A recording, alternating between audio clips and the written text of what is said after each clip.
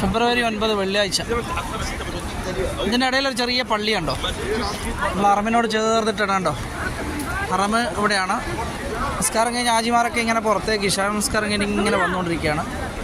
അതിലിവിടെ മക്കയുടെ ഈ റോഡുകളിലൊക്കെ ഹാജിമാരൊക്കെ ഇങ്ങനെ സാധനങ്ങൾ വാങ്ങാനും അതുപോലെ ഇവിടെയൊക്കെ ബ്രോസ്റ്റും കാര്യങ്ങളൊക്കെ കാണാം ഉണ്ടോ. എന്നാൽ അതൊന്ന് വാങ്ങി സാധനങ്ങളൊക്കെ വാങ്ങാനൊക്കെ ഇവരിവിടുന്ന് ഇങ്ങനത്തെ കടകളിലാണ് പോകാറുണ്ടോ.